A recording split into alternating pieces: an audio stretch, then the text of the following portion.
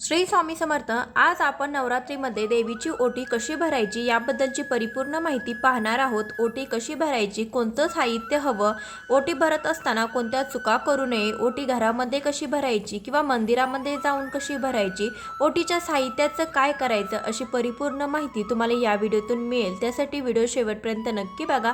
चॅनलवर नवीन असाल, पहिल्यांदाच माझे व्हिडिओ पाहत असाल तर चॅनलला अवश्य सबस्क्राईब करा. चला तर मग लगेच व्हिडिओला सुरुवात करूया.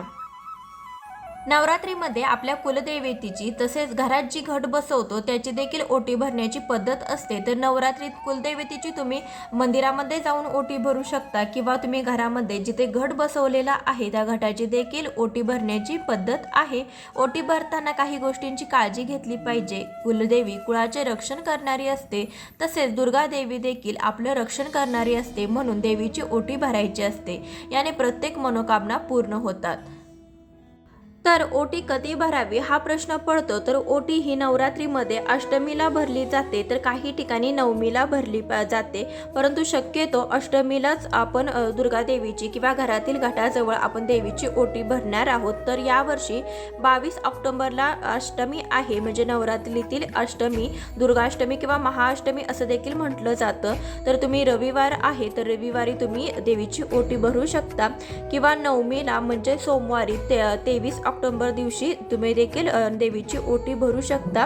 पण शक्यतो अष्टमीला ओटी भरावी नवमीपेक्षा. काही ठिकाणी नवमीला भरली जाते तर काही ठिकाणी अष्टमीला भरली जाते. ओटी भरत असताना आपण साडी कोणती घ्यावी हा प्रश्न पडतो. तर खणा नारळाने ओटी तुम्ही भरत असाल, परंतु नवरात्रीमध्ये वर्षातून एकदा तुम्ही साडीने देवीची ओटी नक्की भरावी, कारण की आपण वर्षातून एकदाच देवीचा आपण मानपान करत असतो. त्यासाठी शक्यतो साडीनेच ओटी भरावी. तर साडी कशी घ्यावी, तर आपल्या परंपरेनुसार नऊवारी साडीने ओटी भरण्याची पद्धत असेल तर नऊवारी साडी घेऊ शकता. नऊवारी साडी घेणं अतिशय उत्तम मानलं जातं.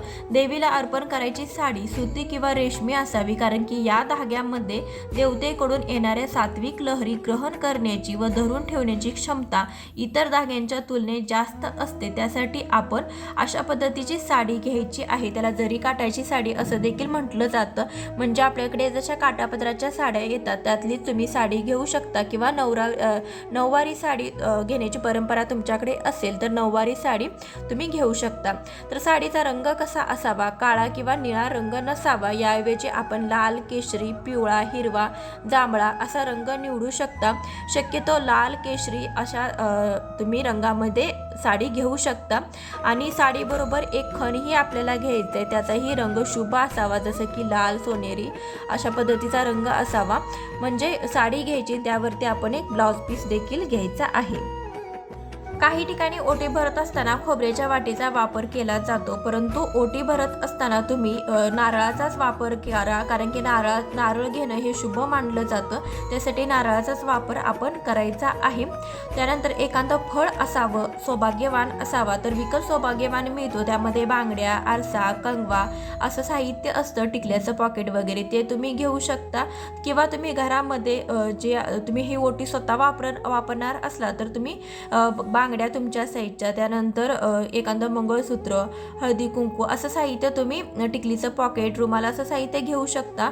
तर शृंगाराचं साहित्य तुम्ही तुमच्या इच्छेनुसार घेऊ शकता, परंतु प्रामुख्याने यामध्ये नारळ, तांदूळ, ओटीचं साहित्य, हळदी कुंकू, दक्षिणा ही आवश्यक असावी. आपल्या क्षमतेनुसार आपण दक्षिणा ठेवायची आहे.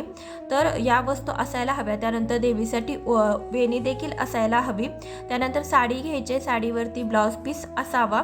तर असं आपल्याला एकत्रित साहित्य घ्यायचं आहे. ओटीच्या साहित्यामध्ये तुम्ही खारीक, खोबरं, बदाम, हळकुंड, एखादं नाणं असं घ्यायचं आहे. सुपारीही घ्यायची आहे. तर अशा वस्तू ह्या ज्या मेन वस्तू आहेत त्या सगळ्या आपण घ्यायच्या आहेत. व शृंगाराचं साहित्य तुम्ही तुमच्या इच्छेनुसार घेऊ शकता. मंदिरामध्ये तुम्ही ओटी देणार असाल, देवीला ओटी भरणार असाल, तर तुम्ही ही ओटी तिथेच ठेवून यायची, म्हणजे भरल्यानंतर तिथेच ठेवायची. घरामध्ये जर तुम्ही ओटी भरली असेल तर ते साहित्य तुम्ही पुन्हा तुमच्या वापरासाठी घेऊ शकता, तुम्ही वापरू शकता. तर ओटी का भरतात? तर ओटी म्हणजे नाभीखालचे पोट आणि म्हणजेच जिथे स्त्रियांचे गर्भाशय असते तो भाग, यालाच ओटीपोट असं देखील म्हणतात. ज्याप्रमाणे मातीमध्ये नवनिर्मितीचं सामर्थ्य असतं, त्याचप्रमाणे स्त्रियांच्या ओटीमध्ये तिच्या गर्भाशयात नवनिर्मितीचं वंशवृद्धीचं सामर्थ्य असतं. त्यामुळे स्त्रियांची ओटी भरली जाते. संतान प्राप्तीच्या आशीर्वादाचं हे प्रतिकात्मक स्वरूप असतं. एवढंच नव्हे तर हा सौभाग्यवतीचा आदर सत्कारही असतो. त्याचप्रमाणे आपल्याला ज्या देवीमुळे हे सौभाग्य मिळाले तिच्या प्रति कृतज्ञता म्हणून देखील आपण नवरात्रीमध्ये अष्टमीला या मंगल प्रसंगी आपण देवीची ओटी भरायची आहे. तर देवीची ओटी कशी भरायची? तर एका ताटामध्ये आपण साडी आणि त्यावरती खण म्हणजे ब्लाउज पीस घ्यायचा आहे. त्यानंतर दोन्ही हातामध्ये आपण अशा पद्धतीने तांदूळ घ्यायचे आहेत. आपल्या हातामध्ये बसतील असे भरगच्च तांदूळ घ्या आणि व्हिडिओ दाखवल्याप्रमाणे आपण देवीची ओटी भरायची आहे. तर देवीची ओटी भरायची प्रत्येक ठिकाणी पद्धत ही वेगळी असते. तर तुम्ही अशा पद्धतीने भरू शकता किंवा तुम्ही एकत्रित हातामध्ये ओंजळीमध्ये तांदूळ घेऊन ते तांदूळ तुम्ही ज्या साडीवरती ठेवू शकता. तर 5 वेळा आपण हे तांदूळ ठेवायचे आहेत. आपल्या मुठीमध्ये बसेल एवढे तांदूळ ठेवायचे. त्यानंतर त्यावर हळकुंड, सुपारी, खारी, खोबरं आणि एखादं नाणं ठेवायचं आहे. त्यानंतर आपण सौभाग्यवान, जे काही तुम्ही सौभाग्यवान घेणार आहोत तर ते सौभाग्यवान ठेवायचं आहे. तर आमच्याकडे असं सौभाग्यवान मिळतं तर ते मी ठेवलेलं आहे. त्यानंतर हिरव्या बांगड्या ह्या अवश्य ठेवा. तर देवीला आपण शृंगाराचं साहित्य अर्पण करायचं आहे. त्यामध्ये हिरव्या बांगड्या ह्या प्रामुख्याने असाव्यात. तर जे मोजकं साहित्य जे परंपरेनुसार विधिवत असावं तेच मी इथं तुम्हाला दाखवत आहे.